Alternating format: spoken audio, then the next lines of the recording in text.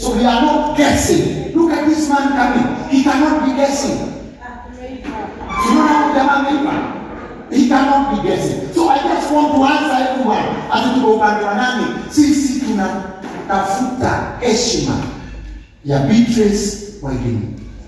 Uliza jirani yako. Sasa umeelewa upande. Ama pia kuja kutubiria uone kwa upande gani. Umeelewa upande? Nini mko upande gani? Upande gani?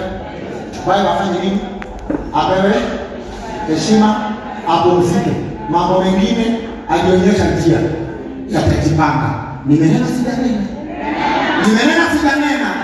Kwa hiyo mkituona we are focused that never.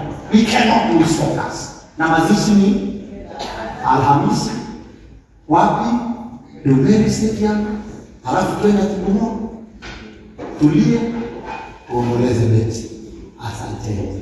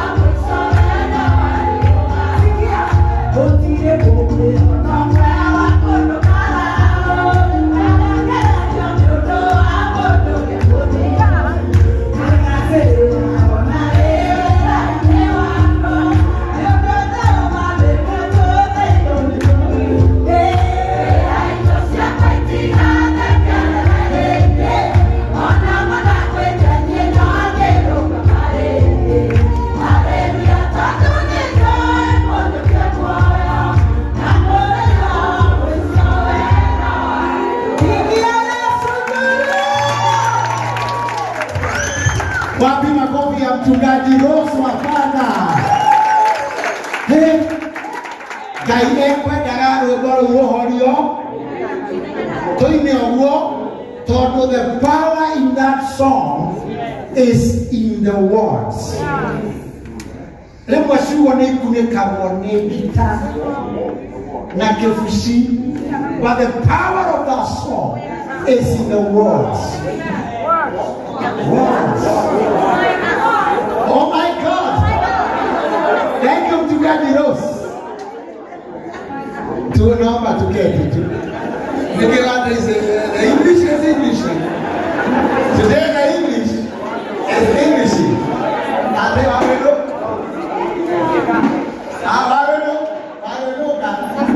so from about the guy to Daka, Namuri and the no, ada kali tena wasili. Amjana ni magere kwa kuwa kwa olivini. Mwikafu mwakiwe mmoja. Mwikafu dewa mmoja. Leki ndio mkoma ni mama. Na leki kwa kwa ile kia na kwa. Okay. Ogo kayo tukaiti. Bila beno tu. Akabudia kwa CWC. Na kufanya events. Na kuhana ashas. Na kuina wonderful. Ndiye ndio wale makofi mazuri. Leo ratiba ya wachungaji haikuwa ya kanisa la Mheshimiwa Ana Baraka. Tupigie makofi akifika. Na watu wengine wote waliofika tukiendelea, karibuni sana. Tulisema leo ni kipindi cha lala salama, ni matanga yetu ya mwisho hapa. Kesho ni kupumzika, Thursday tunaenda Dubai kumalizia kazi. Sikubaliana hiyo. Ratiba ya wachungaji haikuwa yangu, ilikuwa ya mchungaji leo. Niombe kwa heshima kurudishe, ujue venye utafanya na ujue tulikuwa tunangojea askofu. Hapo usisahau. Asante. Tupigie tena makofi.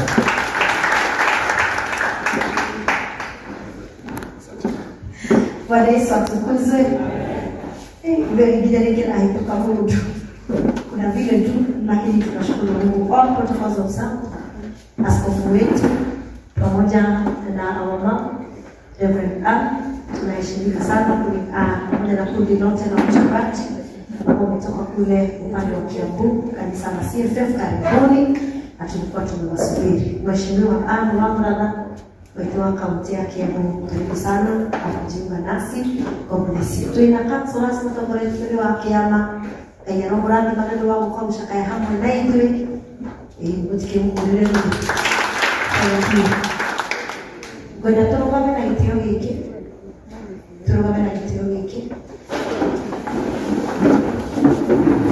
itanenda kufikiri watu zakayo foundation igena turehere bishop ndio kutokuja Mungu tuide tu basi mbele kwa Anastasia la Karaja ndio tukaanza kugirio igena bishop to ile timu nego kage pugerio nando yetare ono yeno yetare kyono umarea de obiro nego toya gata bura chikeno nena mensione vanduke la canida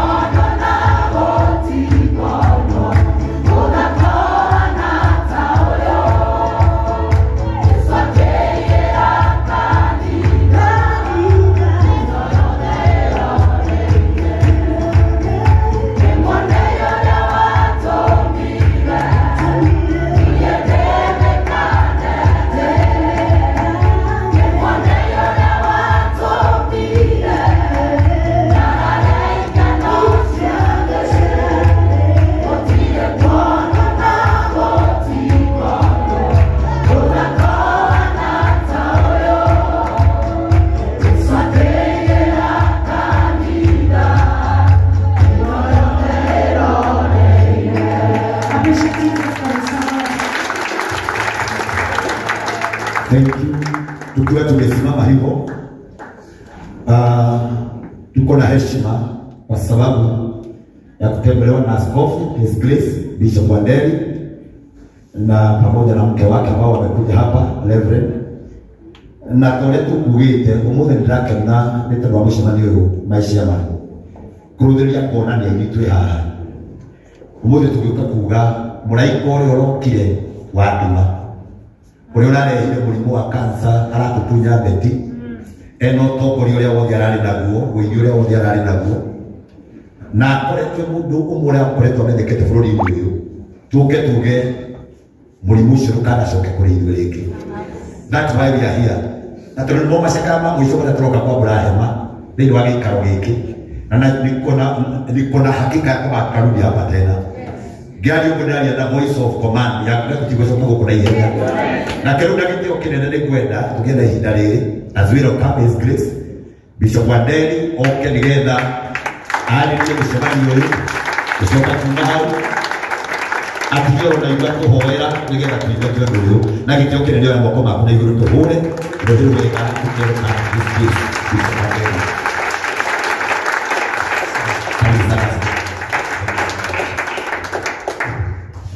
Amen. Bwana pewe sifa. Amen. Tuna President Keti.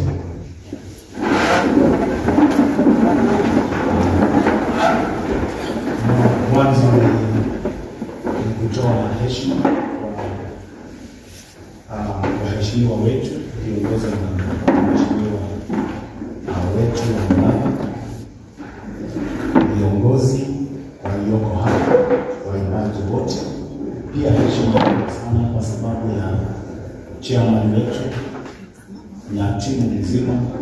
ambayo imekuwa ni kamati ya kuongoza jambo hili ambalo ni la msichana wetu, dada wetu. Vile vile heshima kwa askofu rafiki yangu, askofu wangu ndugu aweza kusibariki. Washindani wote ambao wako hapa, Mungu awabariki. Mke wangu Reverend yuko pamoja nasi. Sijui kupiga mkofi.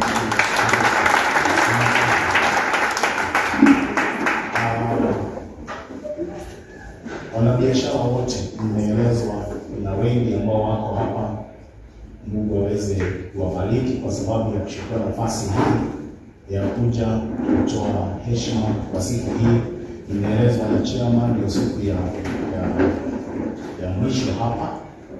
Najua kuna kazi kubwa sana ambayo imeendelea kutoka wakati ule, na kama ninaweza nikasema, if there is something that I have really admired, ni uongozi wa timu nzima hii.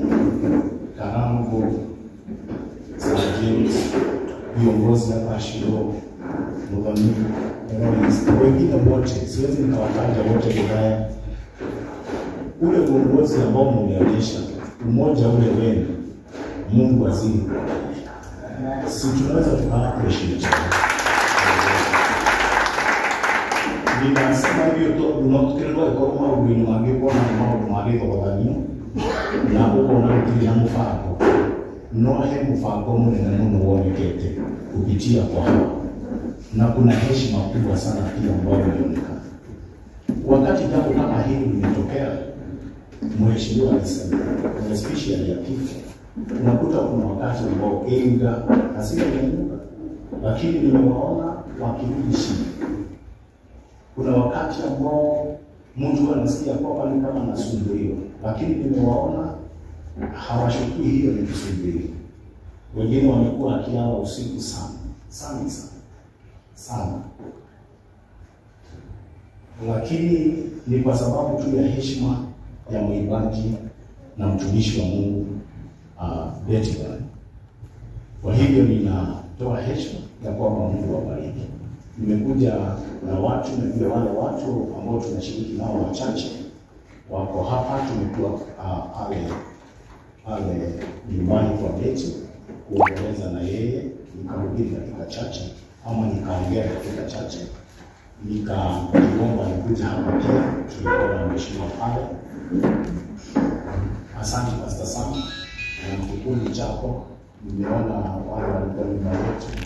Tuwalika sana kwa appreciate kwa sababu wametoka kwa Mungu na sasa simama kama mkubwa pale.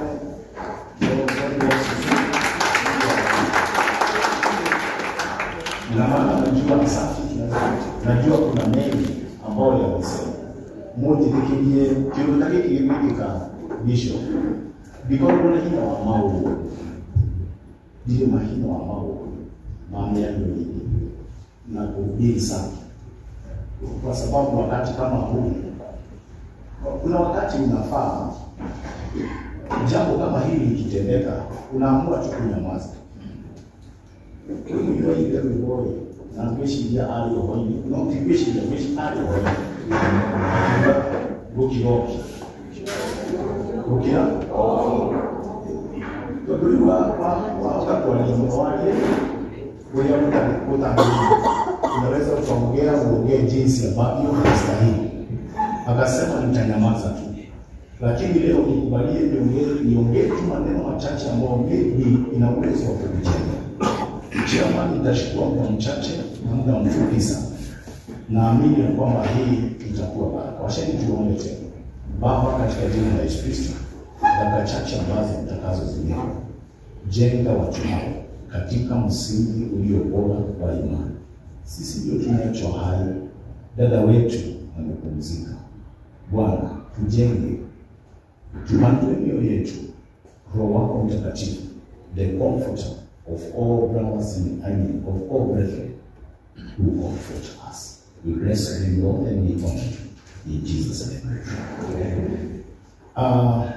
Wakati mwingine mambo kama haya yakitendeka, there is a confusion huwa inaingia. Na kama haufuati mambo ya Roho Mtakatifu vizuri, unaweza kuwa confused forever. Ninasema hivi kwa sababu nimetaja jambo pale, na kuna swali niliulizwa na mtu ya kwamba unaombea watu, umeombea watu wamepona kansa, wamepona, wengine wamepona magonjwa mengine ambao hayaponi. Tumeona mambo tofauti. Mbona hii?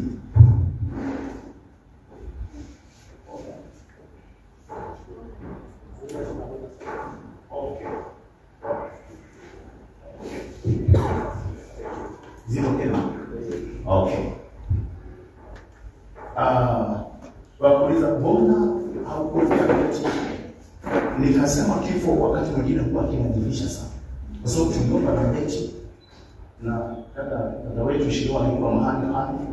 Tukaomba sana mpaka tukalia mahali pale. Nilikaa na yeye pale kwa kitanda ya hospitali like 1 hour na tukaondoka. Na hatukuonana tena. I think 4-5 days and she's gone. Nikajiuliza, what happened? Nikakumbuka kuna wakati niliitwa, I don't know, nilipeleka South Sea kwenda kuombea mama. Mama alikuwa mgonjwa, alikuwa inakoma, alikuwa na over 8 years, amewekwa kwa kanyumba hapo, na sasa nasi ndiye alikuwa amepewa kazi ya kuwa anamwangalia. So wakati nilienda pale, I felt in my spirit. Sasa unaona yule ni over 80 na Betty ni 40 ama 39. Sasa na Betty ni msichana mdogo. So yule ako over 80. Hapo inakoma, haongei, na stroke akumgonga pia hapo hapo. So wakati nilienda nikakuta hapo na watu wako na miaka kama mimi. Hapo na wengine walikuwa na miaka mingi kuliko mimi. Na wote dada watoto wake walikuwa wamekaa hapo, niwaita watoto. Adhuibe mehau, natumia mehau shishena chini. Na nilipigia mtu niyoshindana. Na nikasema tafadhali, mimi naona mami anateseka huko. Kwa sababu anafikisha ile miaka ya Mungu. Ya Mungu wanasema nini? 75 I think. Na kama mtu ako na nguvu 80. Nikasema mami anateseka. Situfukwe. Tuombe tuseme mami asiteseke na ushungu. Na hiyo tukivile niliye nyumbani. Na bila niona mwalimu ya kuleta ile mama. Our mom has suffered for a long time. Tungetaka asipate deni tena. Na tukaomba kwa mwadhani nituwarekelea mtu hiyo. Tuonia dinikite na Mungu. Na kuna chakula ndio kusema. Tukakunywa chai hapo, tukakunywa chai sana kwa karibu kutoka mmoja wa hiyo nyumba. Mama akasema, "Mujia, onoko wale tuwarekelea mama hili. No twende hadi kule atigia ya. Atigia ukakao huko.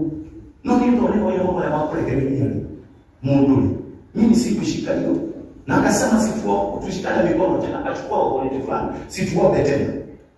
Na mimi kwa sababu niko hapo na mimi nilialikwa, wakashikana. Tukashikana hapo, wakaomba kila mmoja. Mimi sikuomba mahali hapo ile nilikuwa nimeomba. Now after 2 weeks, mami akaamka kutoka koma. After 1 month, akachukulia.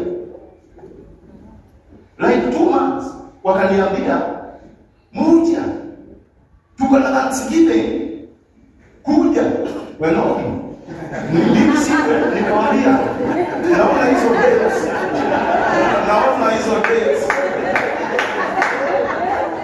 Hizo dates mumeweka Thanksgiving zimeshikana na nini yangu. Na mambo yangu sikuenda. Kaongea tena nilije dale kelele moja. Nimwambiaje? Na niliacha nimwashiria tena hakuenda.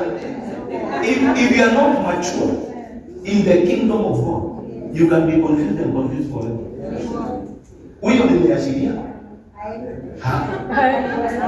Mtu nimeacha hapo kwa machina kwa hapo. Hakuenda. Lakini huyu ambaye tunasema msichana mdogo mpaka tunalia machozi. 4 days later, gone. If you are not mature in the kingdom of God, you can be confused about this world. Utaona kama Mungu hana njia. Kwa hivyo mimi niko hapa tu kuongelesha na kuambia ya kwamba tufungue mioyo yetu tukajue mapenzi ya Mungu. Kwa sababu wakati mwingine it may not go the way we want. Kuna uwezekano isiende njia wewe unataka. Kuna uwezekano mambo isiende ile njia mimi ninataka kama mchungaji, lakini iende ile njia Mungu anataka. Na vizuri ni kujua kile kiko katika moyo wa Mungu na mawazo ya Mungu. Haleluya. Amen. Mungu aweze kubariki. Amen. Siwezi nikakosa kusoma scripture moja. Na hii scripture iweze kutusaidia nyakati kama hizi ambazo najua waibaji wengi wako mahali hapo, kama vile tumenena mahali tulikuwa. Wengine wameshawashikwa na depression, wameshawashikwa na stress, wameshawapitia katika mambo mazito, lakini msichana wangu pale ameshapitia katika mambo mazito. Alafu watu wasio wa kuongea sana. Ati yeye huyu aliolewa mara 2. Let me tell you something. Wewe shukuru Mungu kwa mke na Bwana. But you don't have a guarantee je utamaliza naye kwa maisha.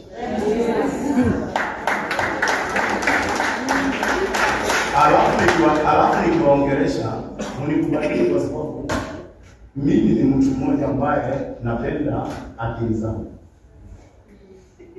I will not say what many people wanafikiria.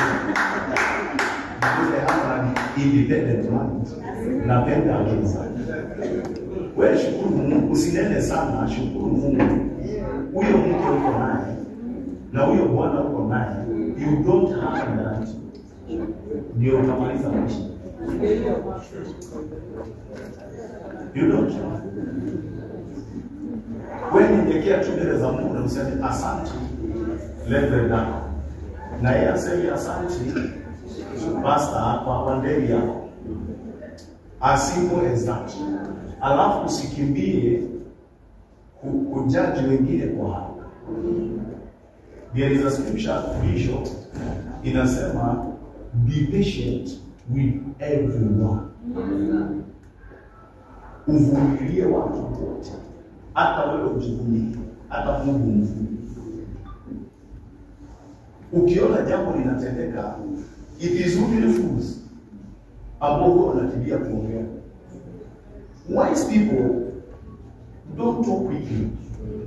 They are not very fast in talking. They reserve their counsel to the last minute. Adwaleo imatia badia kwalia, leo malikagia kwalia. Mundu mukegu, kilimu, doro. Ndio maana na ihenya. Kiwo kia ni kia pananitika ashetia.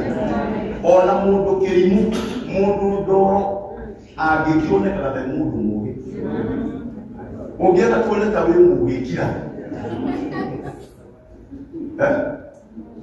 Ukinyamaza watu wote wanaona this is a wise person. Mpaka wanakuuliza ungetaka tufugiwe maneno na fulani.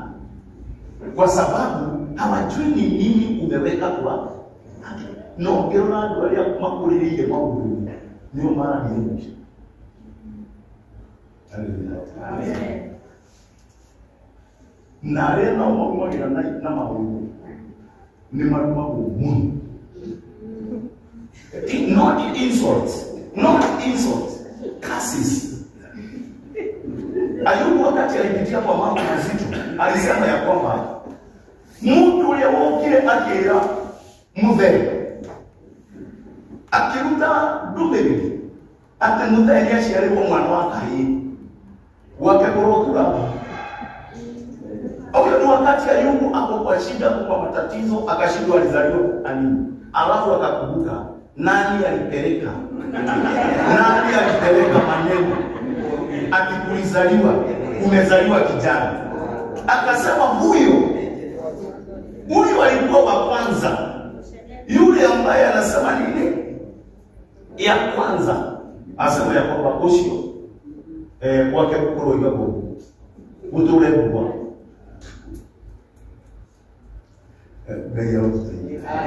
Bwana mbele.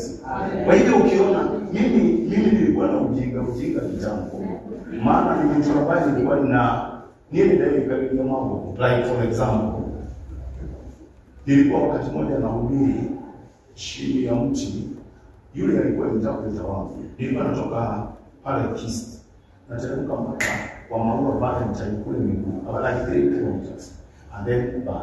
So nikikuja nimetembea kutoka Kiambu nikifika Kist, yule ambaye ni interpreter yangu nilikuwa ninatumia Kiingereza tu, maana nilikuwa tu nimetoka shule, so sikuwa nasikia kutumia ile other language. So mimi nimeona Simon anaitwa Simon amekuja na baiskeli, akakuja wakapitana na gari Kist, akabebwa na Lisa. Mimi nikamuona juu hivi, nikaona baiskeli imegonga chini, imepasuka mara mbili. Simon amelala hapo. Mtu mwingine fanya yutana hapo fast, wakachukua yeye wakaweka yeye kwa gari wakakimbiza kiasi. Mimi nikaenda lancha chini ya mti, nikaambia wale walikuwa wamenigojea hapo, hawakuwa wengi. Sasa hiyo nilikuwa nikijitahidi, walikuwa kama 20 hapo, lakini shamba mzima ilikuwa na over 800 people. Nikawaambia tafadhali mtaniwia radhi, nitahubiri kwa Kiingereza tu, kwa sababu mkalimani wangu amegongwa na gari na amekufa. Anaitwa Simon. I'll never forget. Simon amekufa. Hata hakusikia anything. Hata mimi tulianza kulia. Dakika chache shamba mzima. Pastor Yesu baba. Simon ile. Kumbe manager walikuwa wamepigwa, general manager aliitwa Mr. Polo. Amenichukua gari akakimbia Kiambu kumwangalia. Na mimi achawa tumemaliza, tumeenda nyumbani kupumzika, nikituliza moyo. Simon hayo.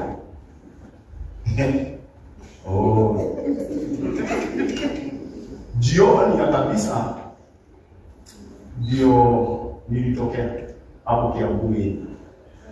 Nikakutana na watu walikuwa kazi. Wakaniambia tulikuwa hapa hospitali. Na Simon tumekuta tu wakati ameamka. Aligongo hakujisikia. Simon aligongo alipelekwa hospitali akiwa hajisikii. Lakini tumekuta amejisikia na amekauliwa na daktari, na daktari amesema hata hii kidole haijavunjika. Mungu ndiye atakayekuokoa hiyo hakili. Maana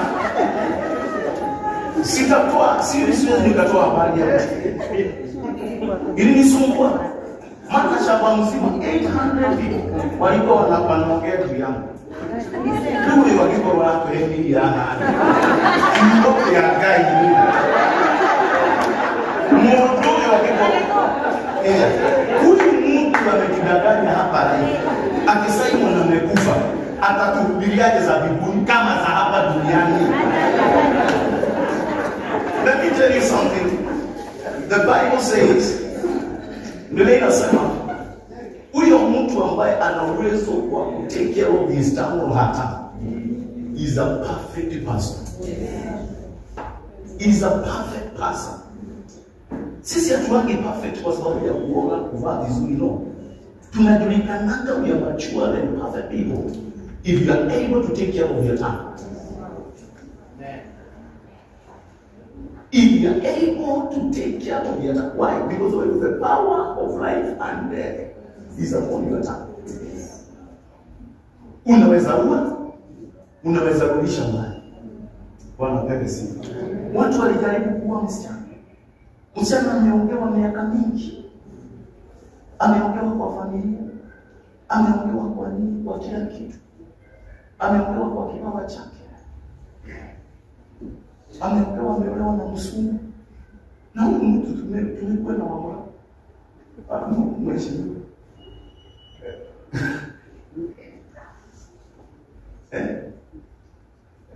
Majority leader amesema huyu unajua mama yake, huyu si msungu. Ni mama yake. Anakaa hivi. All kinds of stories. But tutajua even our nation imemature when people will take care of their time. If you don't take care of your what? I mean, your time. Watu watakuwa wanajua ya kwamba hapa tunashinda. Job chapter 5 ndio tutasoma tu. Job chapter 5. Inasema hivi kwa sababu pale umetoka upande wa kwetu tunaambiwa watu wa kwetu walikuwa wanaongea mpaka nikaomba God deliver me from that state. Watu wa kwetu walikuwa wanaongea hivi. Hivyo nilisema mtu amekufa. Watu wa kwetu walikuwa wanasema hivi. Yeah. Na sasa sema kwetu ni watu msianze ku. Kwetu tu kuna mzee tulifanyia maombolezo 4 days. Alafu akatokea video kwa maombolezo.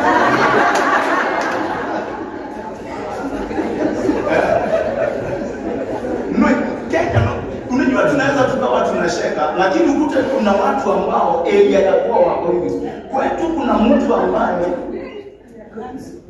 ni bea, you call it the bea, ilikuwa imetengenezwa. Jeneza imetumwa Mombasa ikuje naye. Na yeye akiwa Mombasa msichana akasikia ni kama anataka kukuja nyumbani. Walipitana na jeneza barabara. Wakati alitokea hivi, alitokea siku yake ile ya mazishi. Wamama walitoroka. Watoto walitoroka. Gari no ujiti, no ujiti. Ni sababu ndio kwa ya kwa. Nani atanielewa kile ninachokisema? Bwana apewe sifa. Haleluya. Huyu mtu Ayubu anasema nini? Ayubu anasema thou, Biblia inasema hivi, utafishwa na mapigo ya ulimi.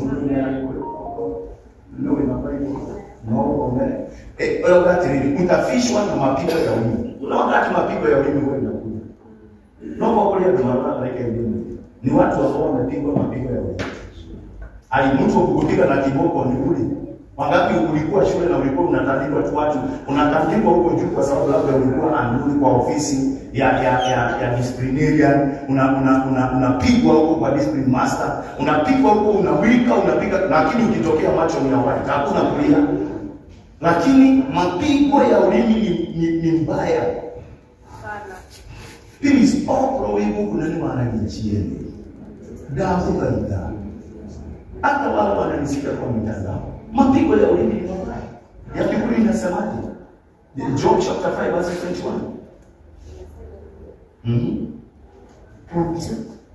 Inasema niale gukuraga waigiriro ngenyo na agamuthara mwanangi kumuka. No hari kwe ukigiria. Ule na bigwe ukigiria. Ugutura uthithitwo ihana tarushamio. Yes. Ugutura uthithitwo miario miuru ihana tarushamio. Naguo kamya mwanangiko we ukawitigira. Yaani hayo ni maneno tu. Anasema utafishwa kwa maneno mabaya ambayo inakaa mijereji. Inakaa mijereji.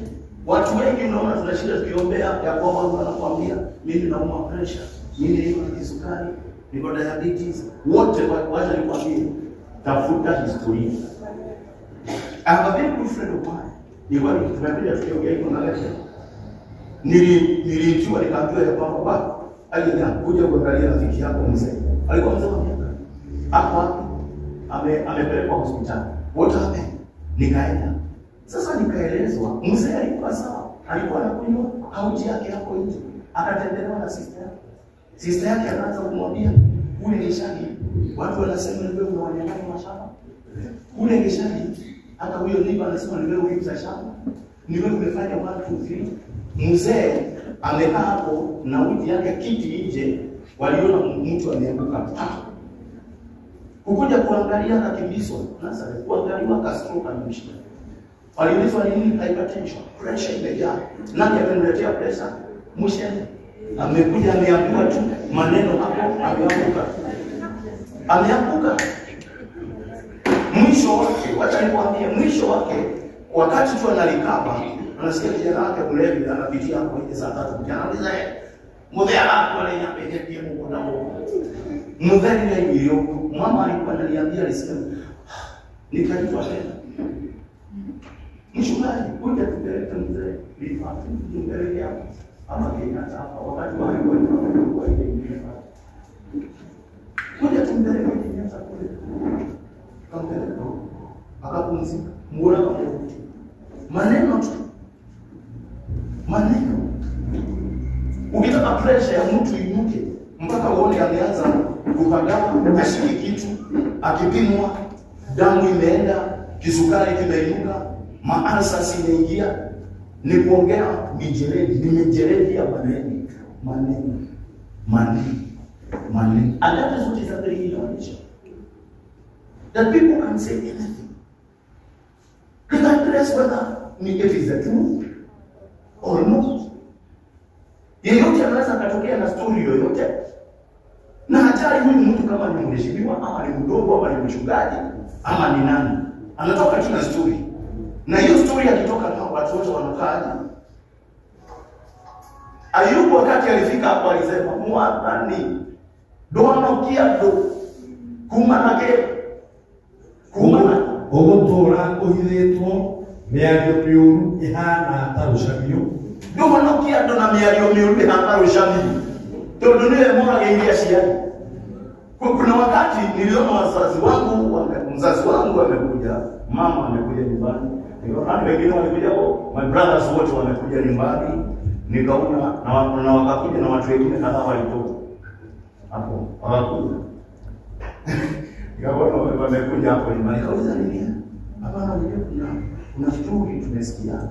Ndio tumekuja kutueleza vizuri kwa sababu sisi tuko na inga. Ni hiyo story ni gani? Nikauliza nikajipata kama sisi.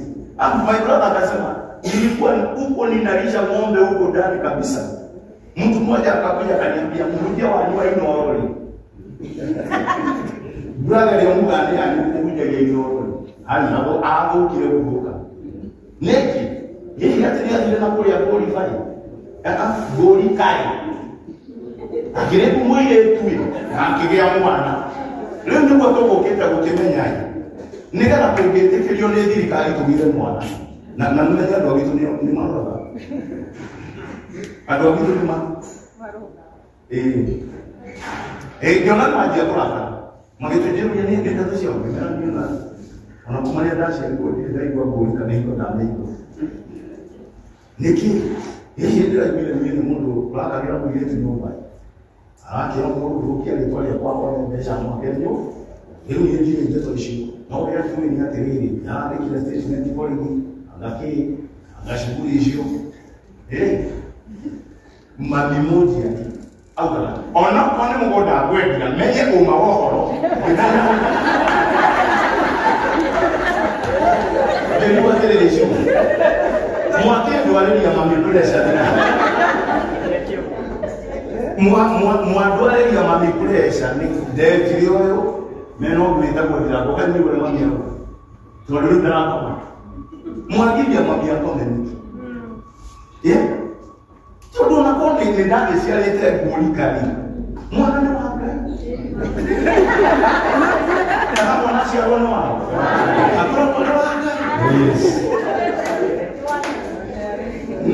na ingine ile na ninamulia hadi tutikereze kuleheru na leo sasa sisi hata si wabaya, hata kama sijawahi watoto nje na nini, sisi wabaya. Sasa nyinyi mwaulize nani mzuri, ni Wanderi ama ni Musa? Musa aliua mtu akazika peke yake. Sasa simweke yeye kwa mtandao.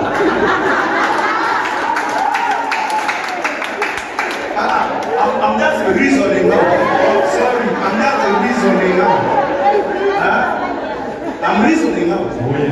Kama kuna mtu anapaswa awe kwa mtandao ni nani? Ni Musa. Aliua mtu peke yake akazika.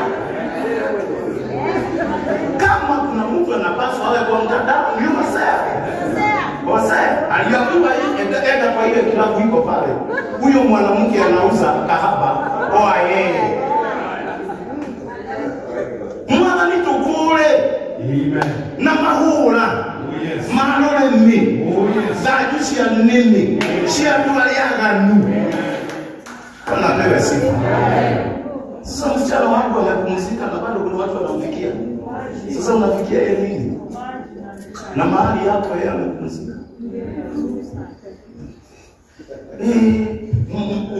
Unashughulika nini? Haukuambiwa ule mtoto, hakuna mtu amekwambia ule ndani, hakuna mtu amekwambia sky amekosa school, hakuna mtu amekwambia, unamuuliza nini? Sasa na mama bishop kama ni pastor kabisa wa Beth Bar. Alikuwa ni mtoto wangu. Ndio. Jitimo kuja kana utarashia mwana.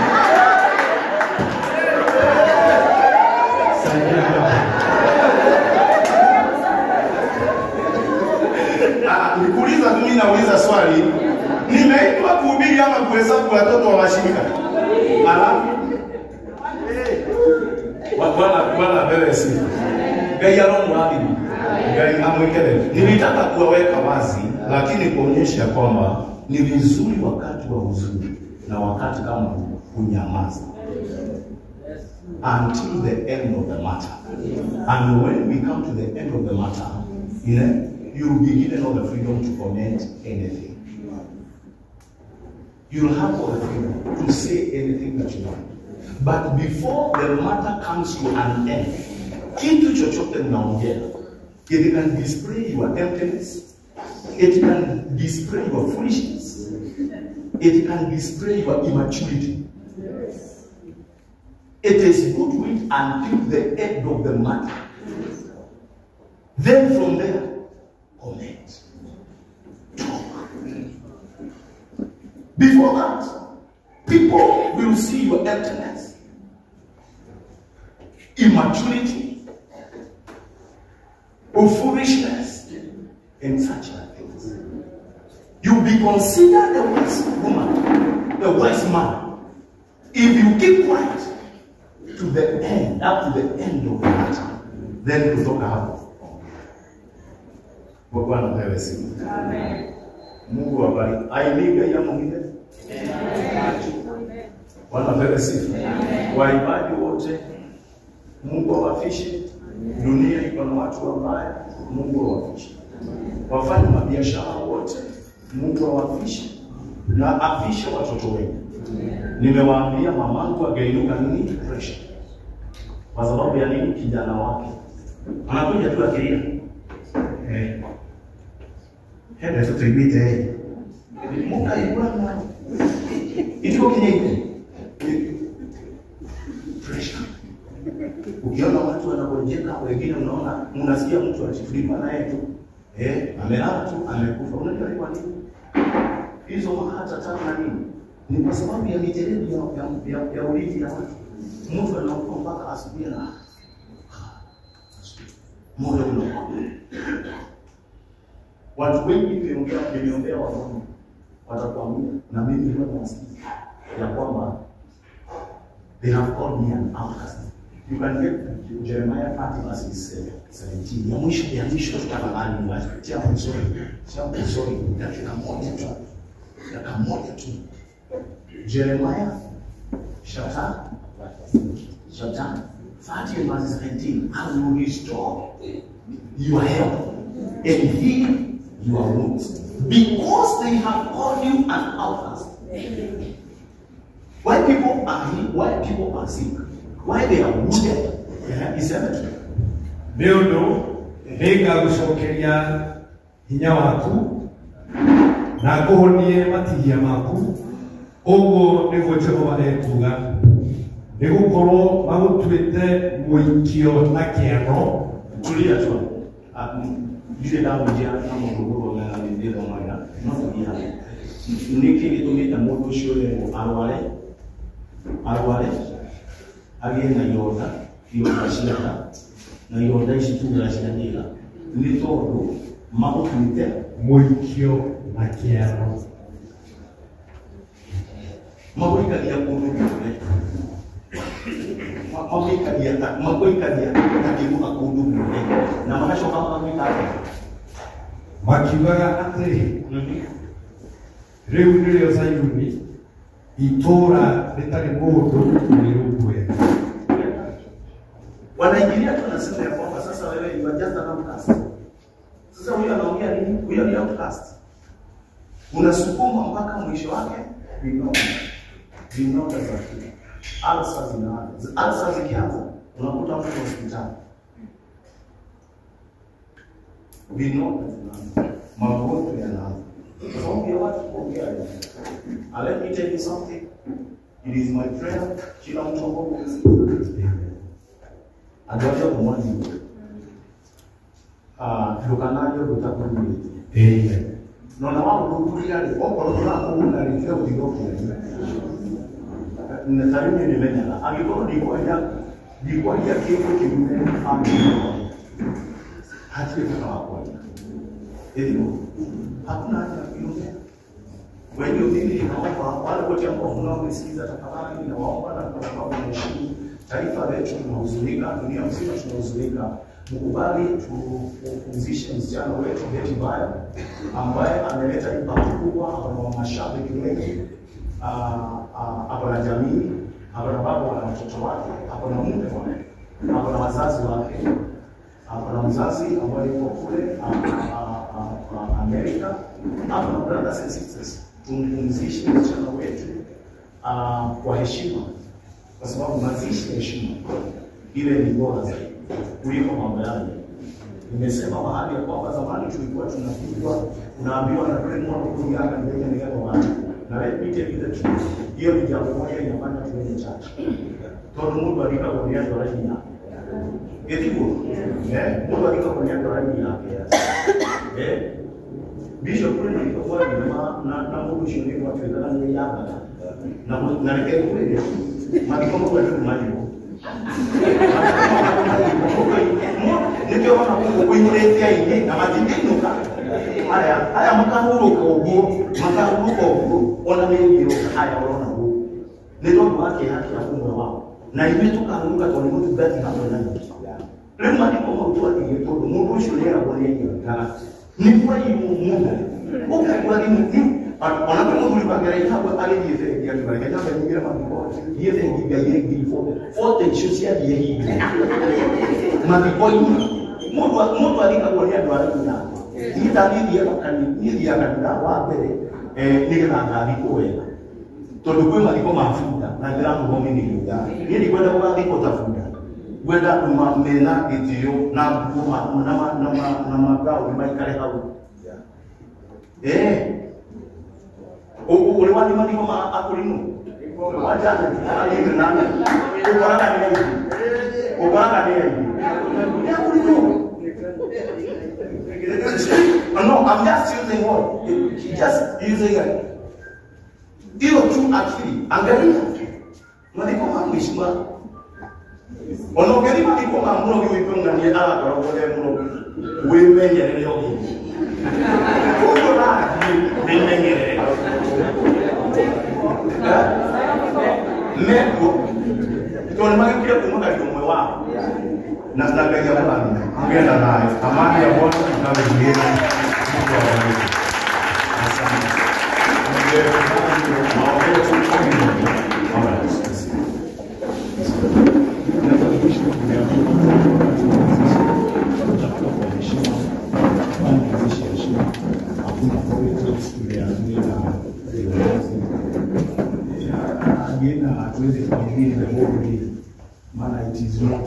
It is not a crusade, it is not a revival meeting, sio ibada ya Holy Spirit, sio ibada ya uponyaji, ni ibada ya mazishi. Watu Kenya turudishe ile watu walikubakia Bible ikaradio ibada shaka yai nayo mara shaka If you go not give or you are the Kamu, Mashaka and you have a problem. You have a problem ya kichwa. Nakwambia the truth. Unless you can mix feelings like this. You cannot mix feelings like this. Ati niko kwa ibada ya mazishi. Na ndirandeka nginya inika uru ya kiria. Ile kuoneka warathekia ndu. Rĩrĩa rĩangĩrĩ urona mũndũ aikara ndeka atĩ. Akari. Urona ria ngima ikarĩte ũguo na nguo njirũ. Urathekia ki. Why is it that you una mix feelings? It is not possible. Wakati wa sherehe unikinde. Tukina frida le. Tugionokerera le. Na leo nĩguo tũri nĩtũkũria atĩrĩrĩ. Kana wale da ko da nĩtũkũria kana gũthia gati. Tutakuuliza kwa nini tuko frida? Kwa nini unalia? Kwa mazishi pia tugionora theka nginyokega gukabwari tubataire kugwitira nasi ukone kuri na andu mathomeire psychology ari mathomeire maundu macio counseling and what have you utwarwo andu wale ninaomba ya kwamba that all of us in life, listen, in life, not only in churches, not only in business, tuta apply ile mkanabana nasema ya kwamba be vigilant, be sober. Ni vizuri kuwa sober. Si ndio? Niliketi na msichana mdogo anaitwa Sara. Niliketi na una feel vile huyo msichana vile zake zilivyo. Dalili hiyo unaona vile ambavyo wamekaa. You cannot crack a joke. It's being, you can be very stupid. We need to okay the right emotion on your how you have money. It will be very stupid of you to crack a joke na yeye wakati mama yake akosa. You can't do that. You can't do that unless you have a problem here. Look at the one you look at the big and the car, you get more than the car.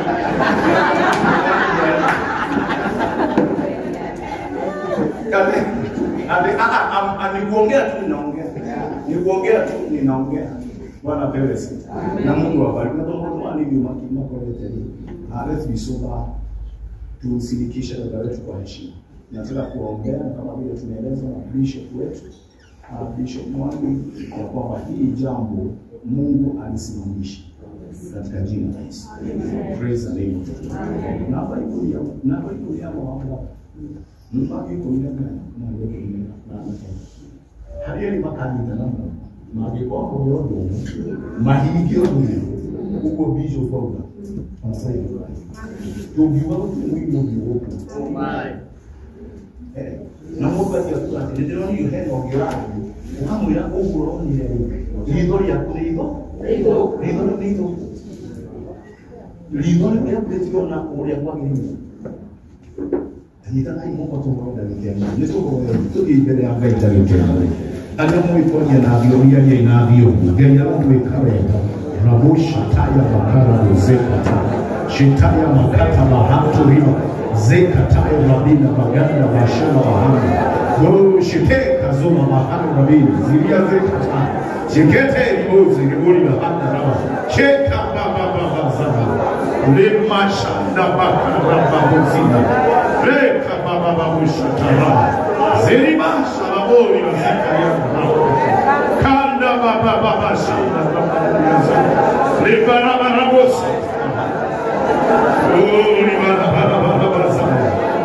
Baba, ninaomba ukajionyeshe wazi ya kwamba janga kama hili halitaingia kwa mwimbaji mwingine, halitashika wahubiri, halitashika watoto wetu. Shaka na babori na bila bazaida ropo shakata bahanda mwadhani wako ya mulimoyo opokea tadaimono tendo wale kwa Yesu Kristo. Shaka mara magano randa bashina barabasa repakata bakana masaya. Wasema tuombe.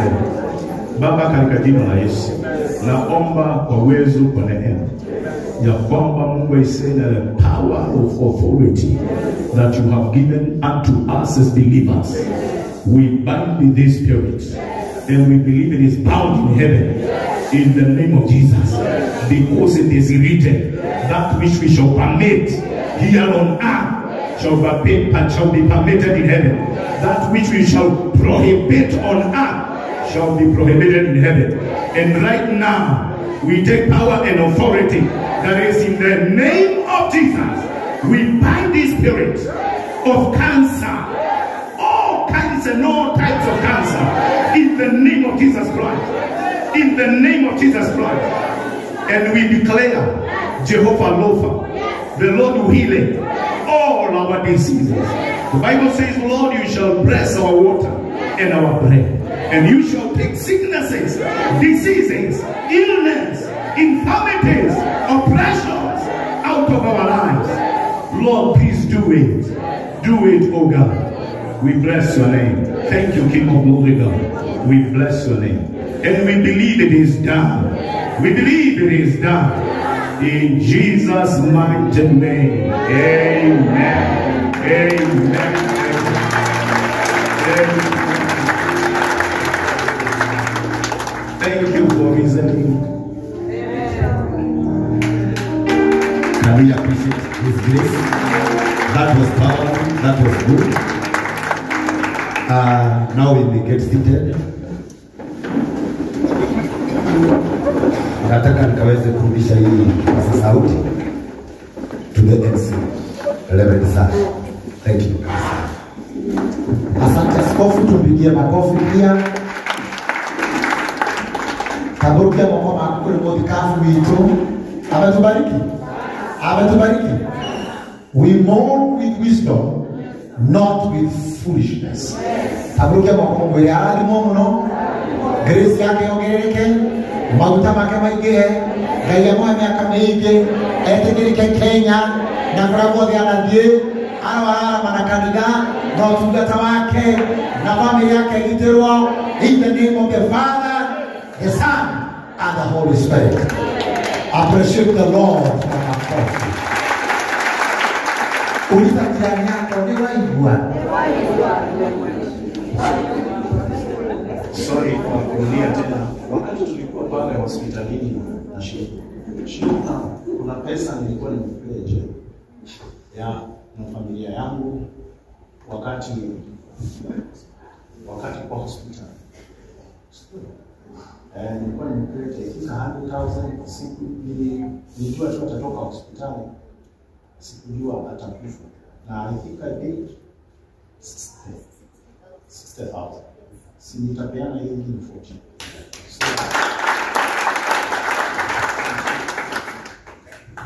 Asante, tumuongeze makofi. In the interest of time, sitaongeza anything else. Nataka kumwalika our coordinator. Ametupeleka vizuri. Tupigie makofi. Bendi inayopendwa Pastor Elect. Thank you very much. Pigieni Pastor Elect makofi ambaye tunakaa Pastor ambaye anakuja. Wana ni roho sho. Githiri raini wega na twa mtinjo kiugo kiega ubende sio kiugo muriganite umwiregia thayo na thayo mkugia. Bishop ametuhubiria vizuri sana na akatuambia mambo ya kuongea sana. Na sasa nataka nianze kupractice hiyo saa hii. Kwa hivyo sitaongea sana. Lakini unajua sasa unaonekana you are a good student. Wakati sasa neno linapita na unaanza kuipractice saa hiyo. Na mnajua wakati mwingine naweza ongea sana. Hana tarini kiugo kia hana adoma kimamuga. Kita ndanyika kiugo. Kia ukio hamnavo kia. Lakini kazi yangu ni very simple siku ya leo, kwa sababu ni siku ya mwisho ya maombolezi. Na kazi yangu itakuwa ya kushukuru nyinyi kwa kazi nzuri ambayo mmetufanyia. Kwanza nitaanzia na wewe bishop wetu, kwa sababu ya vile umesimama pamoja na sisi, na ikakuwa ni kweli umeonyesha kwamba Betibao alikuwa mtoto wako na alikuwa mshirika wako, na umeonyesha kwa matendo. Umetuhost kwako nyumbani tukitengeneza haya maneno, kwa hoteli tumekutana hata kwa shiro ya kwa GP nyumbani, ukitaka kuhakikisha kila kitu imeenda vizuri. Ikifika mahali ni kama tunataka kupotea tena, unaturudisha kwa njia. Vile umesema tumefanya hii mambo vizuri sana, tumeifanya kwa sababu umekuwa nyuma yetu na umekuwa ukituongoza. Pia Bishop Mwangi, nikikosa kukushukuru itakuwa ni vibaya, kwa sababu wewe ni patron wa Royal Members Club ambao tunaongozwa na Chairman Kigomo na mimi ni vice, na umesimama kabisa na huyu mtoto wako wa kiroho, na from alipokuwa hospitali umekuwa nasi na hutawahi kutuacha hata siku moja. Mheshimiwa wangu radha ingireka gugucokeria ngatho ingikorwo ndimuhitia, tondu kumerera twari thibitari ukoretwo utumite thutha nginya kugatuika Betini ahuruka twario nawe Kenyatta, mwina Mheshimiwa Sabina, mwina Mheshimiwa Beti Esawa na muthuri wake Mheshimiwa wa Mubi, na nduri waturekia ona muthenya ono umwe. Wera ni muritu muno muma naguo na bishop, tondu ni mukuhostete kuria muci majority leader na pie wake na mona haha na ni mwini witu murata wa bayo muno, tumwikaga kama wabe twambiririe kuina rumwe nake na Kigomo miaka ya tene, na akidagituhurira thimu maundu ni mega mwathina kuna mutina noga moima bishop thutha nigetha oke atuhingire mucemanio uyu officially. Thank you. Ona tongoria riothe meguku ni ndirona nginya Mheshimiwa wa kuria gwitu Gatundu twendete kumwa Kibathi, na karibu sana, na nijui ni mukuheo ihinda. Kamite thank you chairman ni tutongoretie wega, ingirega gucokeria ngatho na kamite yaku. Ingikorwo na ndiriro mundu fake na coordinator fake, tondu ni kwaga gutambura wira uria urateithirie. Watuma akaguthuka, watuma Royce akaguthuka, watuma Jeno amumenya akaguthuka. Andu aya amwe me haha ni andu mari tuindo twao matongoretie chia. Jeno amumenya haria sister Mheshimiwa Koikuri ni mundu wituindo twake, no makanyiha ni tondu wa tuindo na ni tuko twetwe na njira ngagugu na tuindo gugu ngaikara tandina tuo andu marorwa magithanya tokire ni gucera na Kigomo nau no gitagateithie kiuri ngekora ngitonga ndungicera na itongo thini tageithie mundu high five umwire ceraga na itonga wone itonga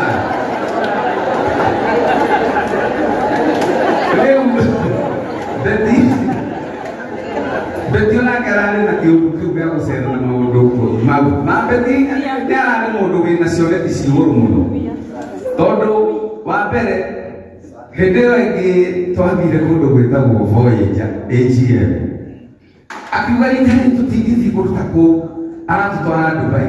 Riu nierekagira muno tondu anjiraga ati nie thiete muno ati ndithi ya kundu ati nigutuikania kuma Homeland na Blue Spring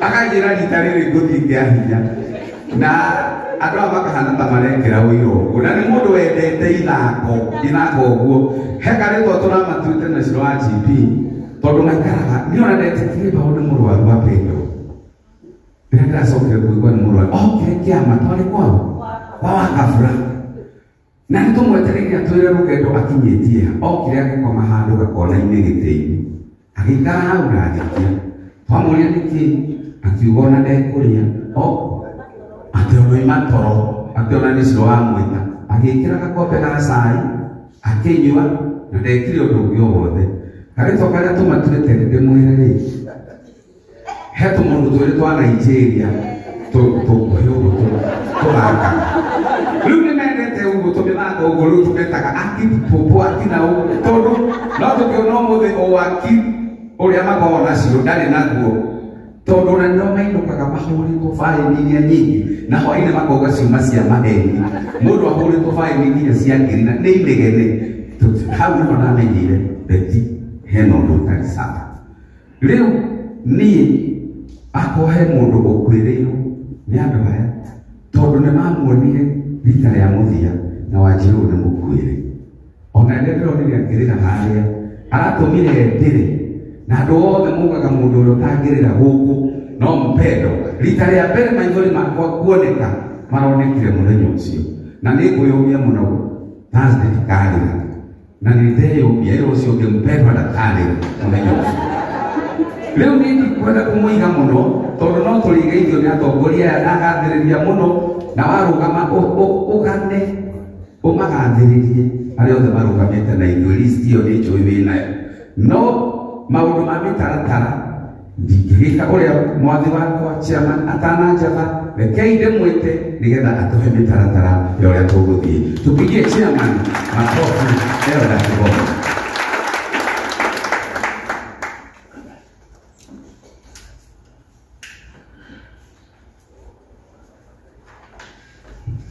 Let's do a better clap to them.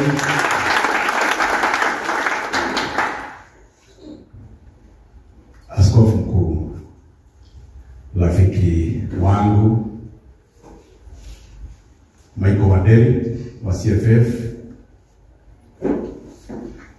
Mheshimiwa Mama County wa Kiambu, rafiki wa miaka mingi, tulijuana hata kabla aingie kwa siasa, na wale wengine wako hapa, Mheshimiwa Njoroge na wale wote wamesimama hapa, marafiki wote ambao wamekuja hapa wa Beti, kwa sababu sisi sote ni marafiki wa Beti, all content creators ambao tumekuwa nao kuanzia Jumapili Jumatatu ile ambayo Beti alituacha. Ben ameongea mengi kuhusu Beti na sioni kama niko na wakati mwingi wa kuongea, maana Beti wiki mbili tumeongea kumhusu.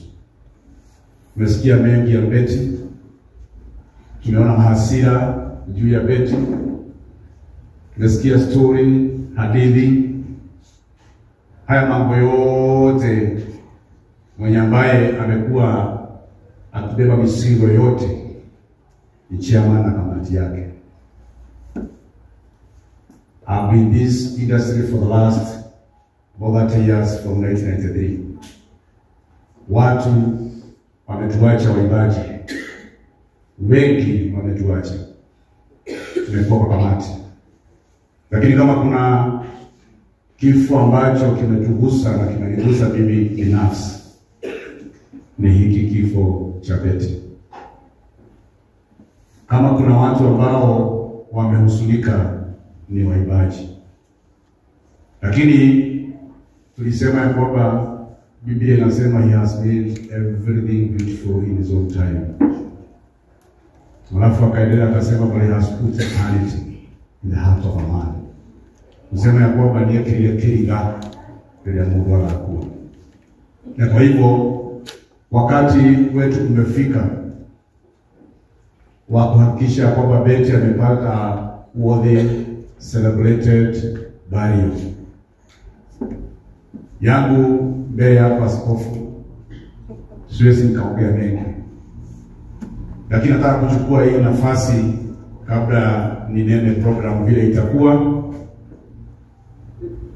kuomba msamaha. This is the last meeting ya kuomboleza Beti. But I want to ask for forgiveness on behalf of all the committees. Forgiveness on behalf of the family of Beti. Forgiveness on behalf of the husband and the children of Beti. Kwa sababu from Thursday, yale yote tumesikia yatakuwa nyuma yetu. An official statement from the chairman and the committee ni kwamba siku ya Alhamisi saa 1:30 zote tutakutana pale Keyo River. Baadaye tutaelekea Duberi Stadium, mahali ambapo tutaongozwa na Askofu Michael Waderi, Grace na wengine ambao watatuongoza, wachungaji na House of Clergy. Baadaye kutoka hapo tutakuwa na ibada au misa ya mwisho mahali Shabani Mwake pale Mugumweni. Kwa hivyo ningeuliza sisi zote ambao tuko wana content creators na Facebook, wale wote ambao wamesikia na wameongea mambo yote sasa yameongelewa ya beti, wakati umefika sasa tumlase salama na tumwambie kwa heri, kwa sababu amekuwa msichana ambaye tumpenda. Nimeomba msamaha kwa nini? Kwa sababu mimi ndiye ambaye nimekuwa kila wakati jioni tukikutana na hawa, maana asubuhi tulikuwa tunaachana, enda pande hiyo, enda pande hiyo, enda pande hiyo. Familia ya Kanyari kitaka kujua maneno na vile kunaenda, wanapigia chairman. Pande ile nyingine wanapigia chairman.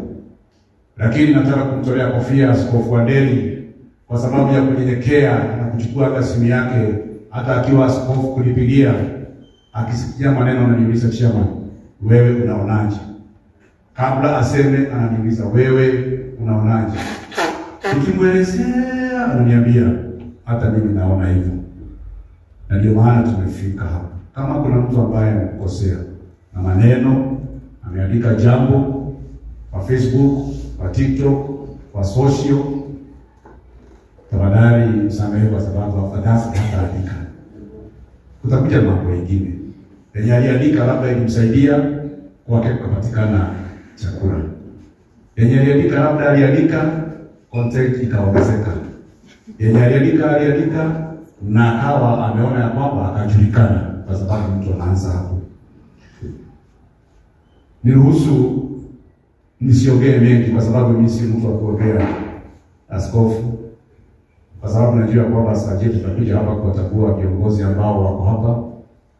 Lakini nawauliza wote, sisi tuko hapa asubuhi na mapema Alhamisi, tuamke saa 12:30 tukutane kule River. Betty was dear to us. Betty was so good. Betty was so loving. Betty was so kind. Nilikuja kugundua hivyo wakati jana na the day before. Nimekuwa nikifika hapa kwa nyumba yangu saa 7:30, saa 8. Tukitoka hapa kwa mikutano.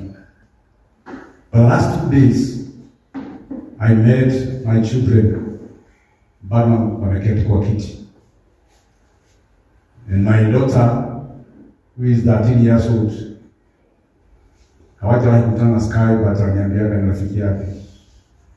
Nijana namuuliza kwa nini hamjalala. Kaniambia, Dad, we know what you are going through. Kwa nini unajuaje wewe na mtoto? I've seen kwa social vile mambo ya Betty na Eda ndio anachema. Kwa hivyo hautalala. Jana aliniambia mizigo yako ni yetu. Sasa ndio tukalale. Saa 8 nimekuja kugundua kwamba hata watoto wanaomboleza pamoja na watoto wa Betty. Everything imekuwa ni social. Watoto ndio wanaomboleza sasa. Kwa hivyo wakati natukana mtu, mjue mtoto anasoma na anaelewa. Ruma mundu kirumikia, hii kirumikia na gai. Ito no enough. But with those few words, those few remarks, venye jiragati yedete kwa jambo ila ni vile nilizaliwa, lakini kwa nyumba naongeaga. God bless you so much and shalom, shalom. Tumuongeze makofi mwenyekiti wetu Elda Kigomo. Asante tena kwa kazi njema, na bado hujamaliza kazi, kwa sababu kesho tunarauka pamoja ku finalize the plans, na pia Alhamisi ni siku kubwa. Kwa hivyo chairman, bado mwongozo wako unahitajika na tuko nyuma yako kabisa kabisa. Kabla sijaenda the next stage and the last one, ni kuri kirumi gitagwo kia Morogoto. Kirumi kia Morogoto. Kirumi kia Morogoto nĩ mũndũ kwĩingĩria maũndũ-inĩ na andũ-inĩ na kwaria na kuga maũndũ mataima ma level yake na matamwagĩrĩire. Nĩ ũrĩmona ka mũndũ gagĩte gũcũthĩrĩria, nyonaga TikTok-inĩ, I don't know that it's created, ka mũndũ gakaigua kũranegenanio kũu thĩinĩ na andũ maranegena maragamba, gagacũthĩrĩria, gakaigwo iringa rĩtarĩ rĩonekana, nĩ mũhahĩ na mũhara. Ũguo noguo ndĩraria ũhoro wa kĩrumi kĩa Morogoto, kũrĩa andũ ũngĩtonyerera na andũ moĩ wega maguta mao na grace yao ĩkũringe wega na ciana ciaku. Tiga gũikia mũniũrũ nĩ guoya, nĩ ũkũhũthĩrwo hau.